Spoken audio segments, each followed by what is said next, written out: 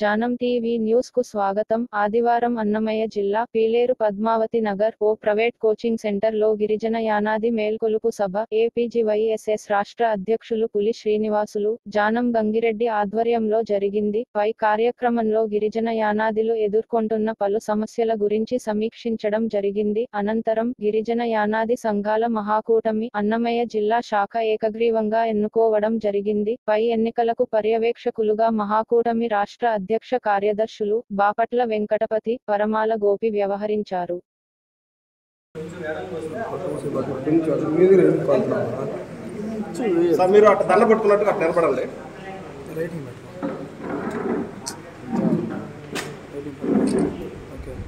जोहार doctor B are Ambedkar, जोहार doctor B are Ambedkar, जोहार डॉक्टर बी आर अम्बेडकर।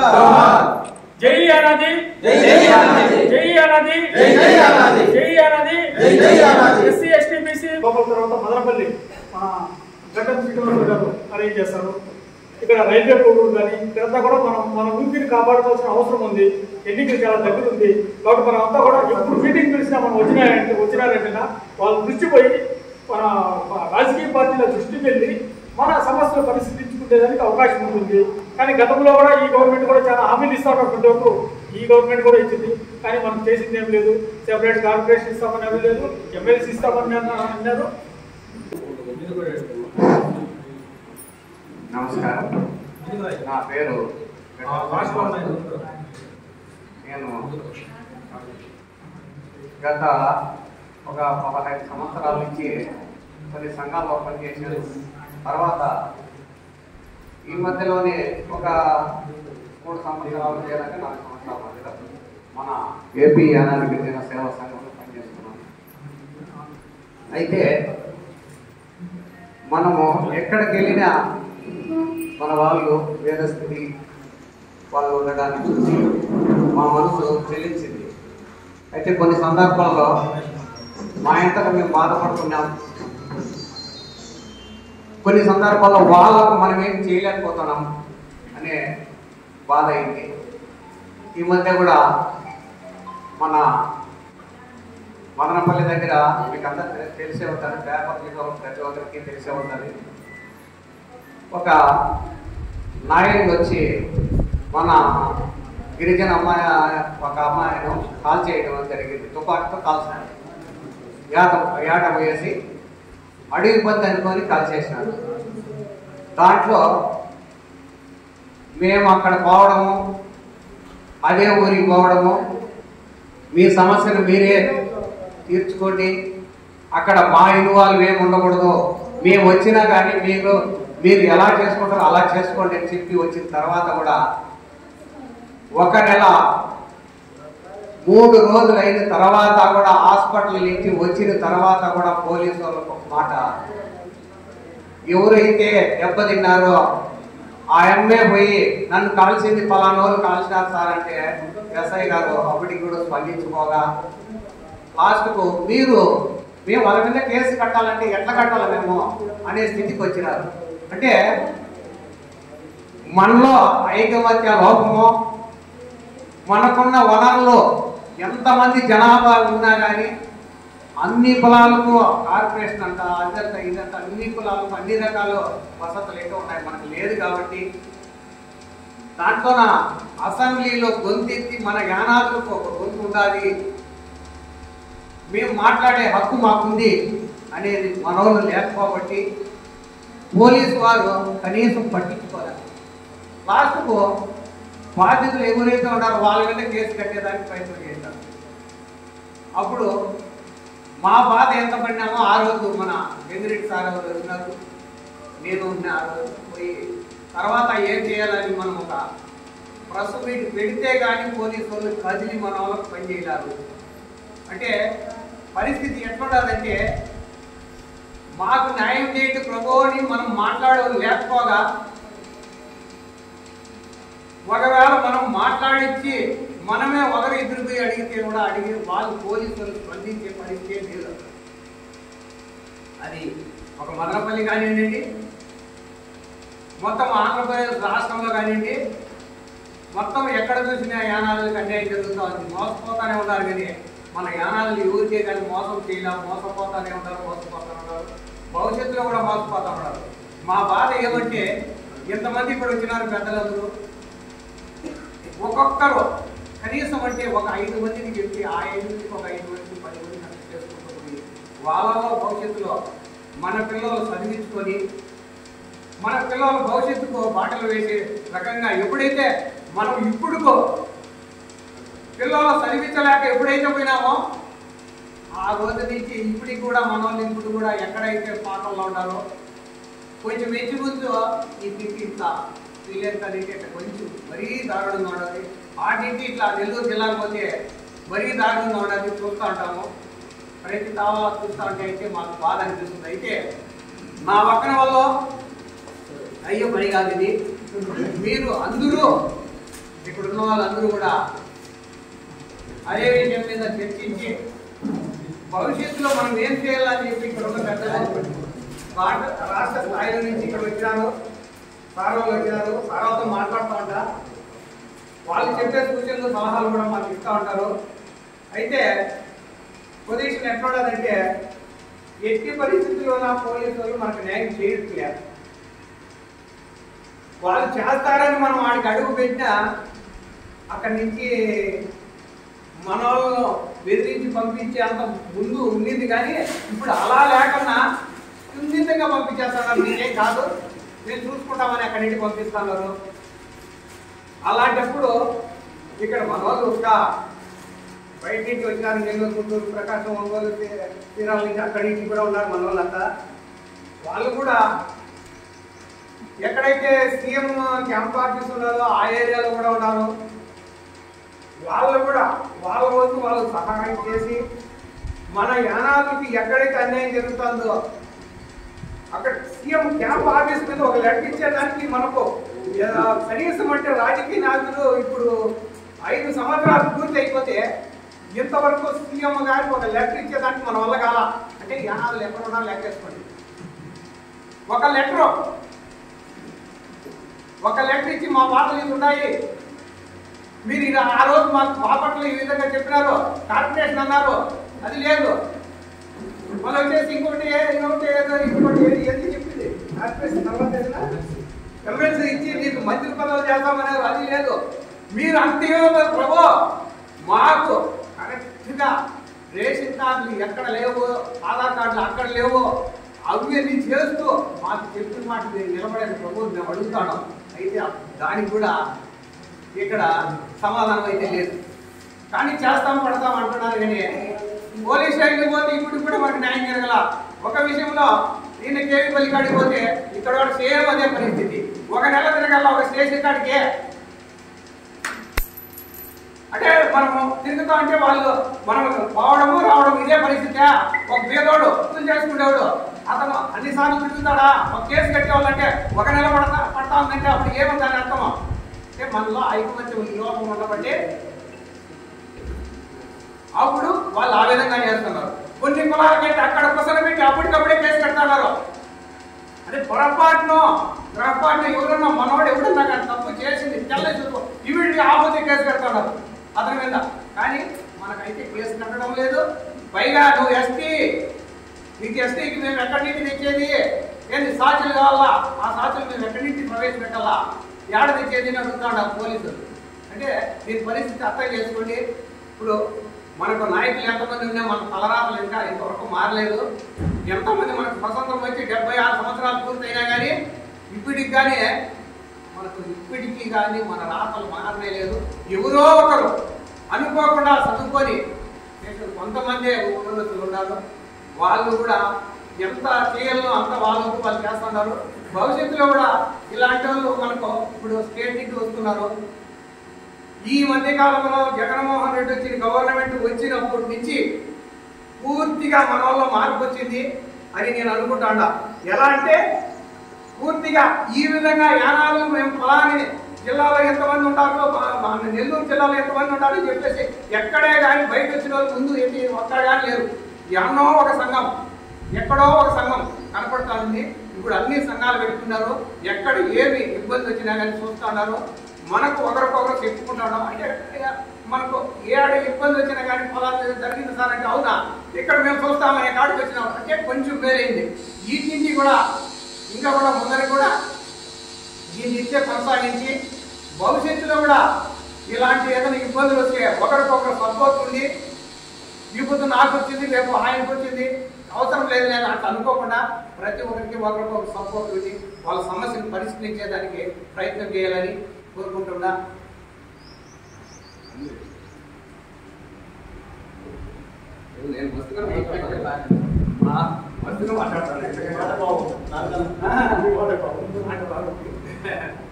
అలాగే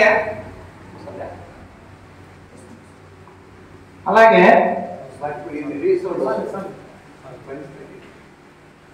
అలాగే భవిష్యత్తులో కూడా మనకు ఇబ్బందులు లేకుండా చూస్తారని వీళ్ళు మన వాళ్ళు ఎక్కడైతే ఉన్నారో ఇప్పుడు బాపట్ల నుంచి మన వాళ్ళంతా టచ్ లో ఉన్నారు. నేను మళ్ళా ఎక్కడ సరే మన ఇది విశాఖపట్నం నుంచి మన టీం ఇక్కడ పీలేరు మదనపల్లి నుంచి ఇక్కడ నుంచి కాదు విశాఖపట్నం విజయనగరం నెల్లూరు ప్రకాశం ఒంగోలు బాపట్ల శ్రీకాకుళం మొత్తం అన్ని జిల్లాల నుండి కవర్ చేసిన సారాలు.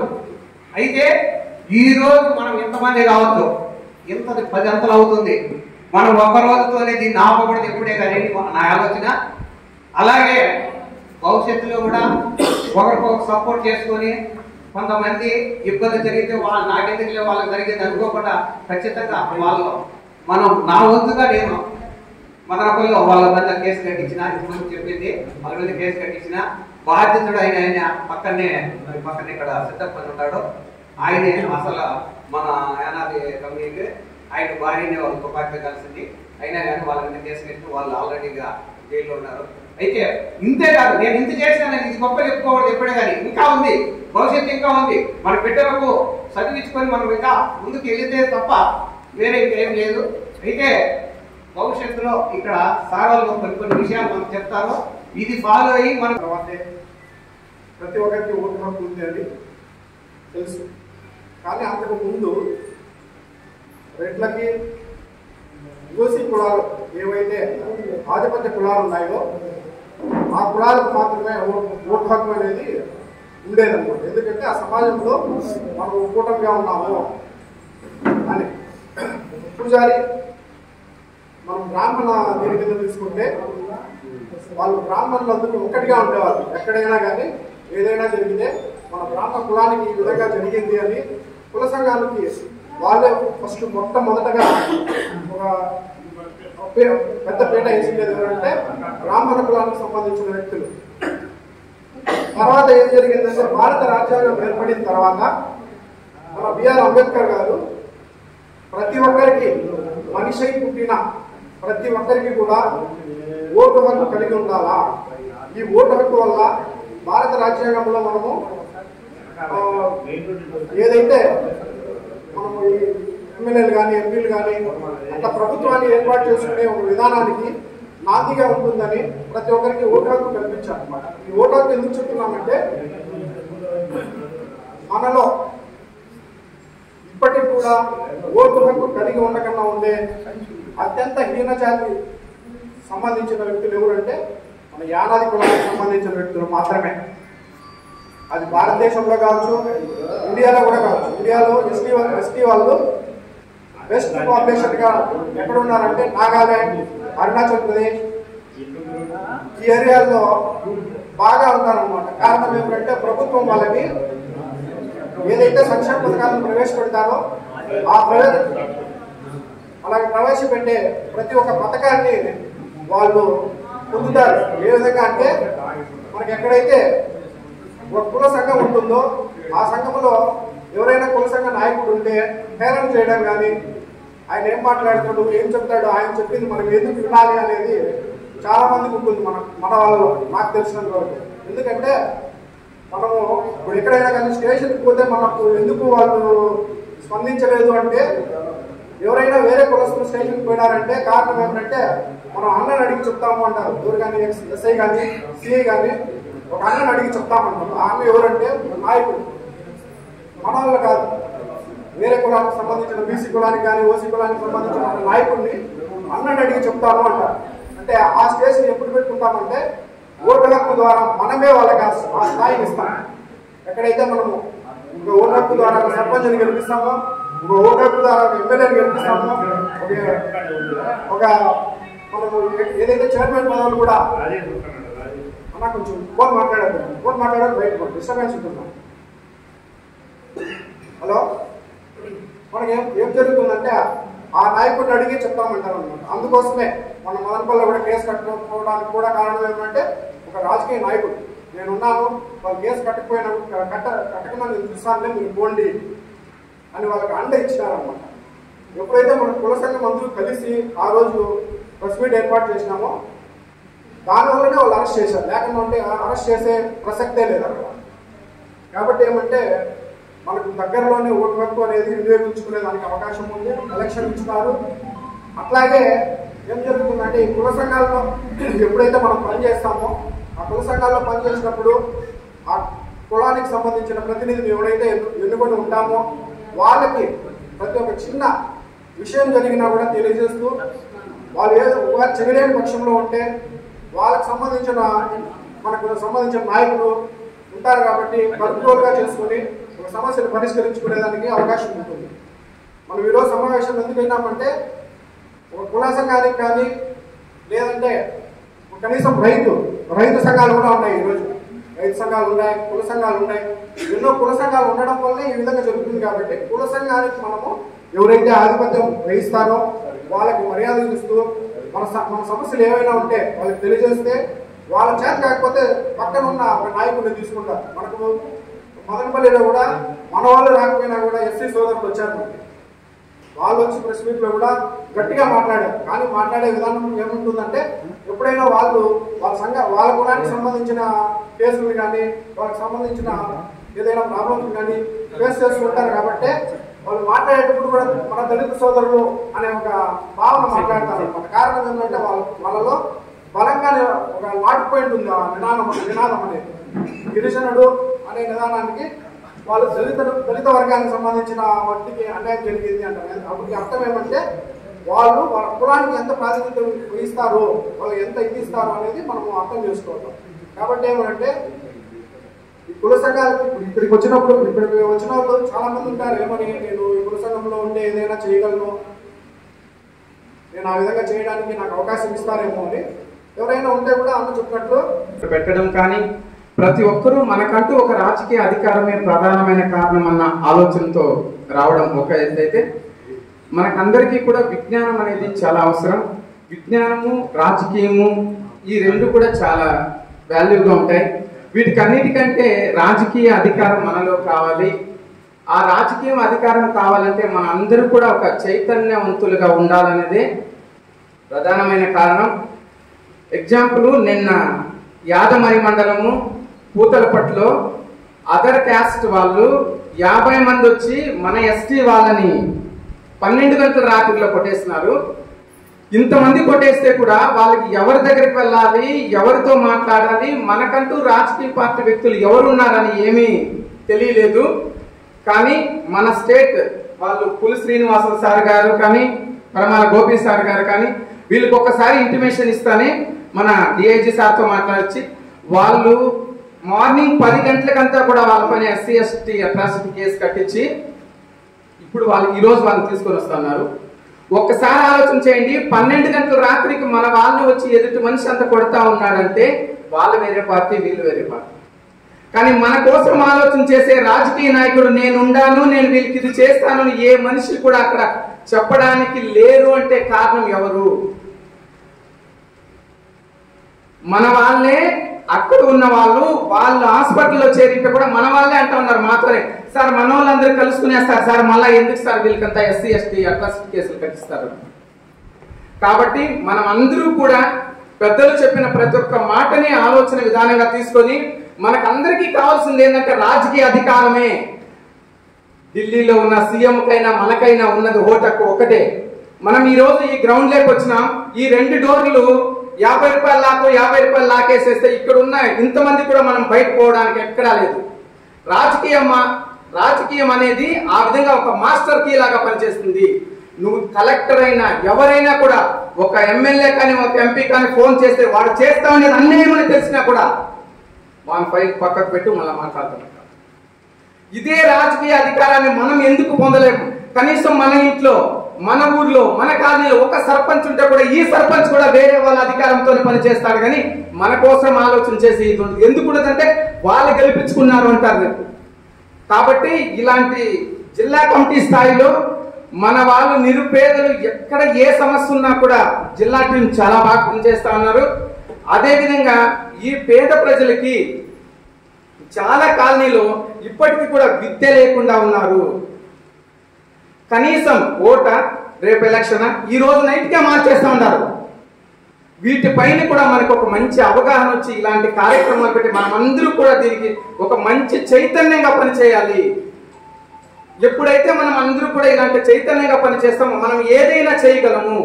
ఒకటి విద్య ఉండాలి, ఒకటి రాజకీయమైన బలం ఉండాలి. విద్య ఎందుకు ఉండాలంటే ఈ పెన్ను సార్ దగ్గర ఉంటే ఈ గ్రీనింగ్ ఒక విధంగా పనిచేస్తుంది, ఇదే పెన్ను కలెక్టర్ దగ్గర ఉంటే ఒక విధంగా పనిచేస్తుంది, ఇదే పెన్ను జడ్జి దగ్గర ఉంటే ఒక విధంగా పనిచేస్తుంది, ఇదే పెన్ను టీచర్ దగ్గర ఉంటే ఒక విధంగా పనిచేస్తుంది. కానీ పెన్ను మాత్రం అంతా ఒకటే కదా. ఇది పెన్ను అంతా గ్రీనింగే కదా. కానీ గ్రీనింగ్ ఉన్న ప్లేస్ ఇంకా ఎందుకు ఇన్ని విధాలుగా మారుతా ఉంది? ఒక్కసారి ఆలోచించండి. అధికారం అనేది అదే విధంగా ఉంటుంది. టీచర్ దగ్గర ఉంటే స్టూడెంట్ వరకే పనిచేస్తుంది, జడ్జి దగ్గర ఉంటే నీకు ఏ శిక్ష వేయాలా, ఎన్ని సంవత్సరాలైనా, ఎంత జరిమానా వేయాలా అని పనిచేస్తుంది. ఒక ఎంఆర్ఓ దగ్గర ఉంటే నీకు ల్యాండ్కి సంబంధించి ఏం కావాలా పనిచేస్తుంది. ఒక కలెక్టర్ దగ్గర ఉంటే ఈ జిల్లాలకు ప్రాజెక్టులకు పనిచేస్తారు. ఒక సీఎం దగ్గర ఉంటే ఆంధ్రప్రదేశ్కి ఏం చేయాలని పనిచేస్తారు.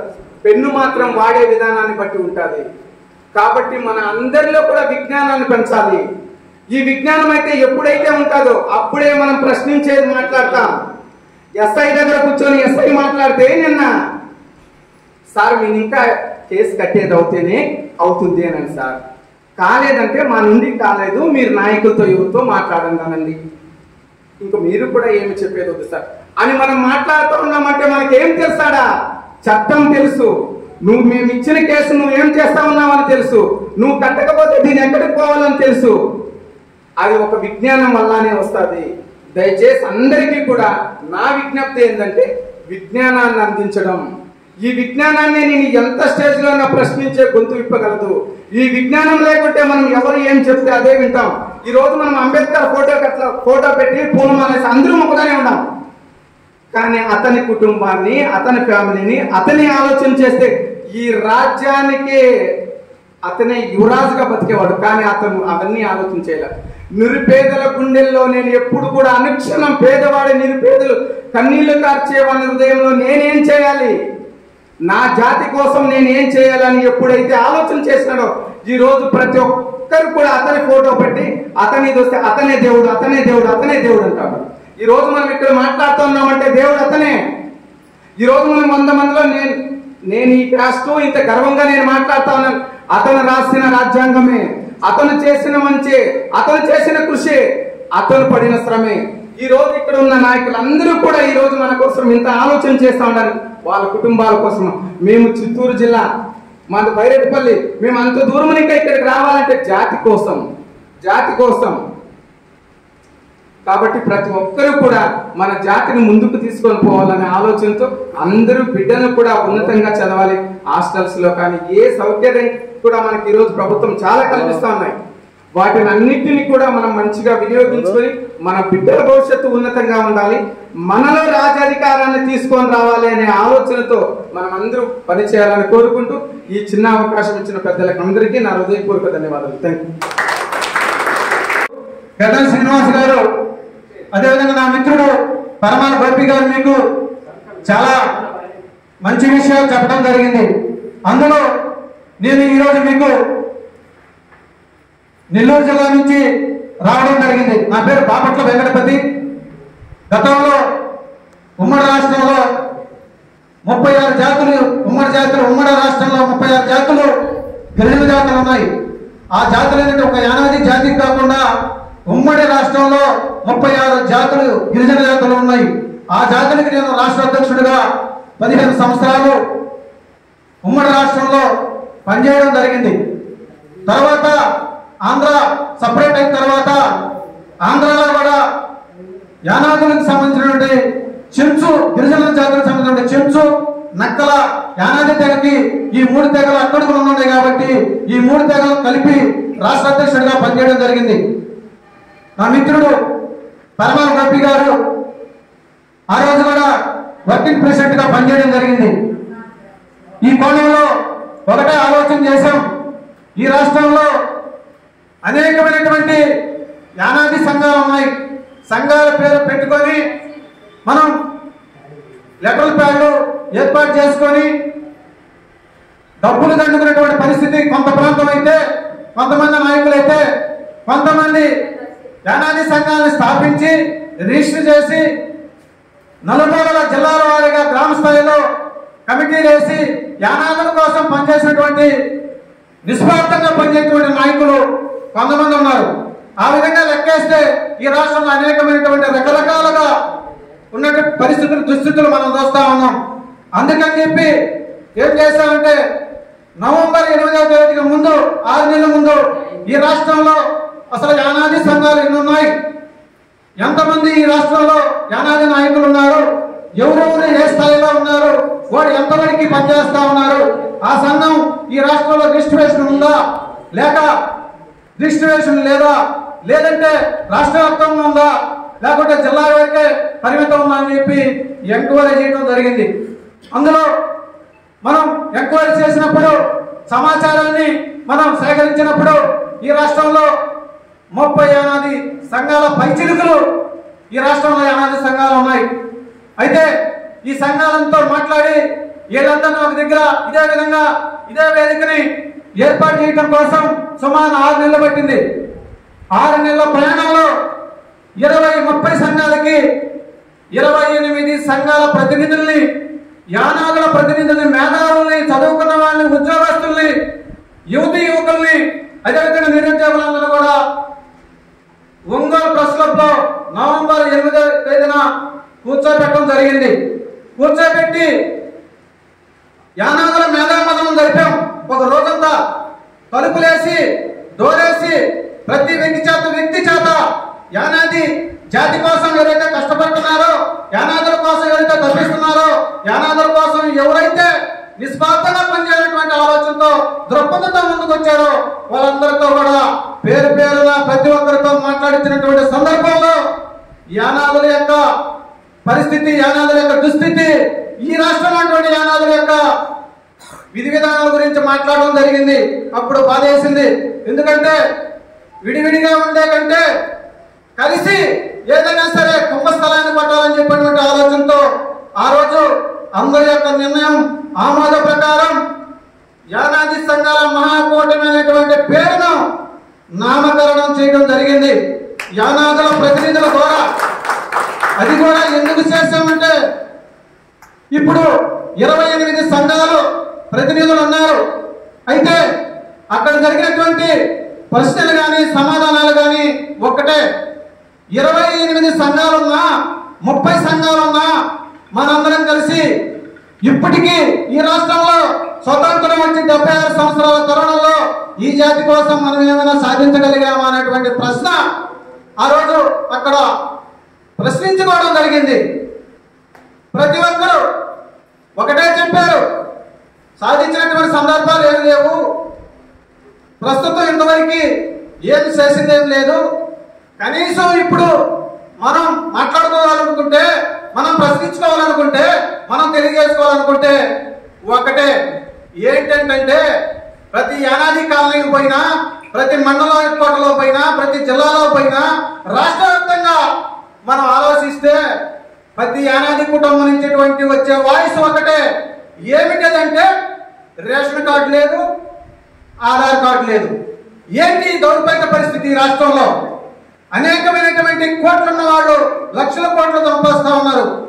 రాజకీయ పార్టీలు నిన్న చేరినాడు, మొన్న 100 కోట్ల రూపాయలు సంపాదిస్తా ఉన్నాడు.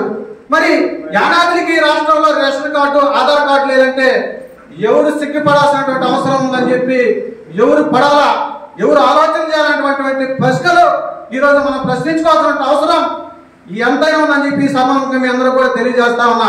ఆలోచన చేయండి. ఎందుకంటే ఇది రాజకీయ వేదిక కాదు, ఇది రాజకీయ మీటింగ్లు కాదు, రాజకీయాలు వేరు. ఇది జాతికి సంబంధించిన కేవలం రాజకీయ పార్టీలకు అతీతంగా ఏర్పాటు చేస్తున్నటువంటి యానాది సంఘాల మహాకూటమి ఇది. మనకి రాజకీయాలు అవసరం లేదు.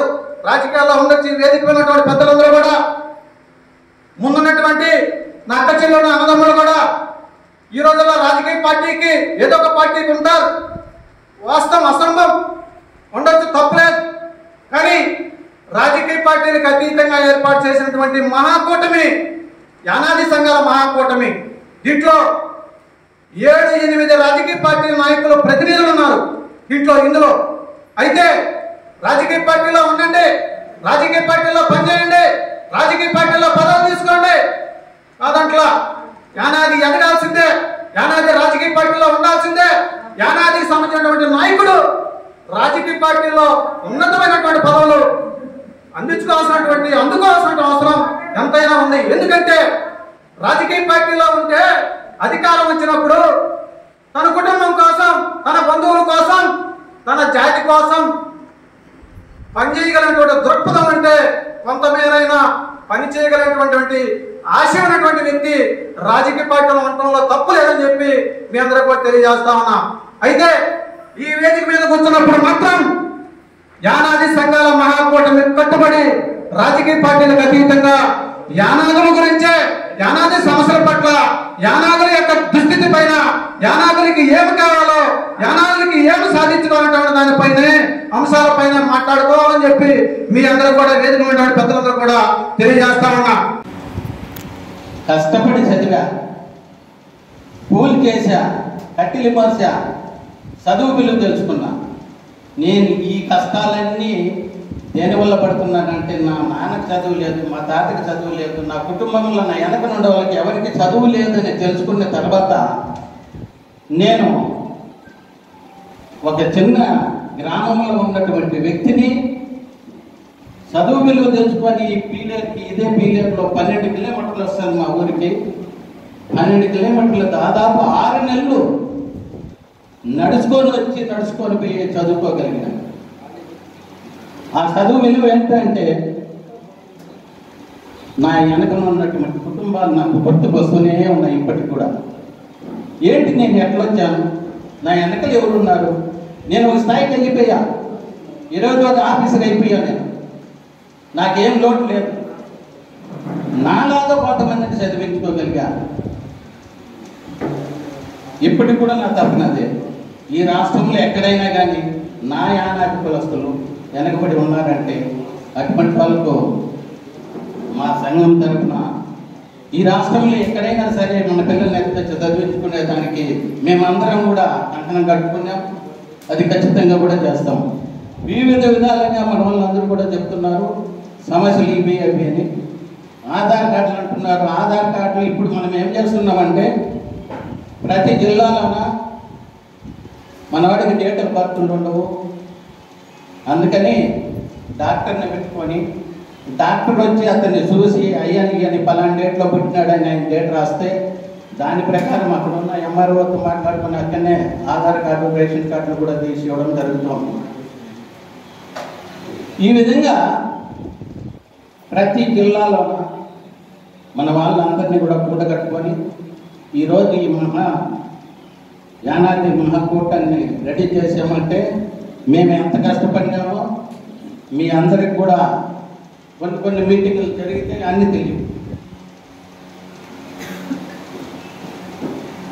పెద్దలందరూ కూడా ఆలోచన చేసి చదువుకున్న వాళ్ళందరూ కూడా ఒక చాట కూర్చొని అయ్యా ఈ రాష్ట్రంలో దాదాపు 32 సంఘాలు ఏర్పడింది. ఏది రిజిస్ట్రేషన్ చేసుకున్నటువంటి సంఘాలు. అందులో ఉన్న ప్రెసిడెంట్లు, సెక్రటరీలు అందరినీ కూడా కూడగట్టుకొని ఈరోజు ఈ మహాకూటమిలో 28 సంఘాలను కూడగట్టగలిగినాం రాష్ట్రం అంతా కలిపి. ఎందుకు చేస్తున్నాము అంటే రాజకీయంగా మనం ముందుకు పోలేకపోతున్నాం. ఎన్నో సంవత్సరాలుగా మనం వెనకబడి ఉన్నాం. మనం ఎవరెవరికి ఎక్కడ ఏ సమస్య వచ్చినా అక్కడ ఉన్న వరకు ఒక పోలీస్ శ్రీనివాసులకో గడ్డం శ్రీనివాసులకో చెప్తే వాళ్ళు వెళ్ళి చేసుకుంటున్నాం. అది కాదు మా పని. మన పేరు చెప్తేనే అక్కడ తడబట్టాల. గతంలో నేను ఒకటి చేశా నా సొంతంగా నేనే. ఒక ఎమ్మెల్యేగా పోటీ చేసిన వ్యక్తి పైన ఎవడైనా తిరుగుబాటు చేస్తే వాళ్ళని ఎన్నో రకాలుగా అనగదొక్కే ప్రయత్నం చేస్తారు. అయితే ఈ పులి పైపల్లా వాడికి ఏం చేశానంటే అతని యొక్క నియోజకవర్గంలో ఉన్నటువంటి మన కుటుంబాలందరికీ పోయి అయ్యా పులి శ్రీనివాసులు ఎవరికి చెప్తే వాళ్ళకి ఓటు వేస్తాను నేను ఒకే మాట చెప్పండి, మీరు ఎవరికైనా వేసుకోండి ఓటు. కానీ ఆయన వచ్చి మీకు ఓటు అడిగినప్పుడు మాకు ఒక నాయకుడు ఉన్నాడు, ఆ పులి శ్రీనివాసులు ఎవరికి ఓటు చేయమంటే వాళ్ళకి వేస్తామని ఒక్క మాట చెప్పండి, అంతే వాడు వచ్చేస్తాడు. ఈ విధంగా చేసినందువలన అతనికి కనువిప్పు కలిగి అరే నైనా నా నియోజకవర్గంలో ప్రతి యానాది కుటుంబం పులి శ్రీనివాసుల పేరు చెప్తుందంటే ఏంటంటే ఇన్ని ఓట్లు ఆయన నా ఇంటికి వచ్చాడు, ఖచ్చితంగా ఓడిపోతాడు. మన ఓట్లు తక్కువతే అతను ఆ నియోజకవర్గంలో ఓడిపోతాడు. అటువంటిది మన ఎక్కడ ఇప్పుడు పులి శ్రీనివాసులు నిలబడి ఉన్నాడంటే మనం మీ అందరూ సహాయం నాకు ఉంటేనే నేనేమైనా మీకు చేయగలను. మీ ఇంట్లో మీరు కూర్చొని నాకు ఫలాంటి జరగాలంటే జరిగే పని కాదు. ఈరోజు నాకు ఎంత బాధగా ఉందంటే ఒక పులి శ్రీనివాసులు గడ్డం శ్రీనివాసులు పీలర్ల మీటింగ్ అంటే 100 మందిలో ఉండేవారు, 100 మందిలో. ఈరోజు కారణాలు ఏంటంటే సుండిపల్లిలో వచ్చి ఒక డెత్, ఒక పెద్ద ఆమె చనిపోయింది, వాళ్ళు రాలేకపోయినారు. దామల చెరువులో ఒక సమస్య వచ్చింది, వాళ్ళు రాలేకపోయినారు. బర్లపల్లి దగ్గర మన వాళ్ళు యాక్సిడెంట్ జరిగి ఒక 2-3 చనిపోయినారు, వాళ్ళు రాలి. ఇట్లా కొన్ని జరుగుతూ ఉంటాయి. అన్నీ మన మంచి కోసమే అనుకోవాలి. ఏం చేస్తాం మనము ఈ చెప్పలేము, జరగబోయేది ఏం చెప్పలేము. కాబట్టి ఏ రోజైతే మనం అందరం కూడా ఒక దాటిపైకి వస్తామో ఆ రోజు ఖచ్చితంగా ఎమ్మెల్యేతో పని లేదు, కలెక్టర్తో పని లేదు, మన పని మనమే సాధించుకోగలుగుతాం. అదే ఈ మహాకూటమి. ఈ మహాకూటమిని ఎందుకు ఏర్పాటు చేశామంటే ప్రతి జిల్లాలోన ప్రతి గ్రామంలోన మహాకూటమి అనేది ఒకటి ఉంది అని అనంతపురం నుంచి మన రాష్ట్రం మొత్తము వినపడే కాలం కొద్ది రోజుల్లోనే ఉంది. రాజకీయ నాయకులకు ఒకటే చెప్తున్నాం, మేమంతా కాంజనంగా పెట్టుకొని మాకంటూ ఒక రాజకీయం కావాలని ఎప్పటి నుంచో మేము కోరుకుంటున్నాం. అయితే మమ్మల్ని ఎవరు చూసేవాడు లేడు, రాజకీయంగా మనం ఎదగనేరు. ఎందుకంటే మనలో ఐక్యత, అందరూ చెప్పినారు పెద్దలందరూ, ఐక్యత లోపం. ఈ ఐక్యత ఎప్పుడు వస్తుంది అంటే ఈ సంఘం నా కుటుంబము, మన వాళ్ళందరూ అక్కడికి వస్తున్నారు, నా నుంచి 10 రూపాయలు ఖర్చు అయినా పర్వాలేదు మనం అక్కడికి వెళ్దామని ఎప్పుడైతే మన వాళ్ళు అనుకుంటారో అప్పుడు మనం చెప్పింది ప్రతి ఒక్కటి మనం సాధించుకోగలుగుతాం. ఈరోజు 200 మంది ఇక్కడ కూర్చున్నారంటే ఆయన పేపర్ కూడా వేస్తాడు, పేపర్లు వేస్తాడు. పులి శ్రీనివాసులు మీటింగ్ పెట్టాడు తప్ప 200 మంది వచ్చేసినారు. ఇక్కడ ఉండే రాజకీయ నాయకుడికి 200 మందిని కూడా కట్టినాడు అంటే మన ఓట్లు ఎన్ని ఆంధ్రప్రదేశ్ ఉంటాయి అని భయం ఉంటుందా లేదా? ఖచ్చితంగా పుట్టిస్తాం. జరగబోయే 5-6 సంవత్సరాల్లో ఈ రాష్ట్రం అంతా కూడా మన అన్ని సంఘాలను కూడగట్టుకొని ఈ మహాకూటమిలో చేపడుతున్నాం. ప్రతి ఒక్కరు కూడా ఇందులో ఉంటూ ఏ జిల్లాలో ఎక్కడ ఏ సమస్య వచ్చినా అక్కడ ఉన్న నాయకులతోటి ఆ సమస్యను పరిష్కారం చేస్తాం. ఇప్పుడు చేస్తున్నాం, కానీ ఇక మీదటి కూడా చేయబోయేది ఇంకా బలంగా చేస్తాం. ఏ మారుమూల ప్రాంతంలో మనోడు ఉన్నా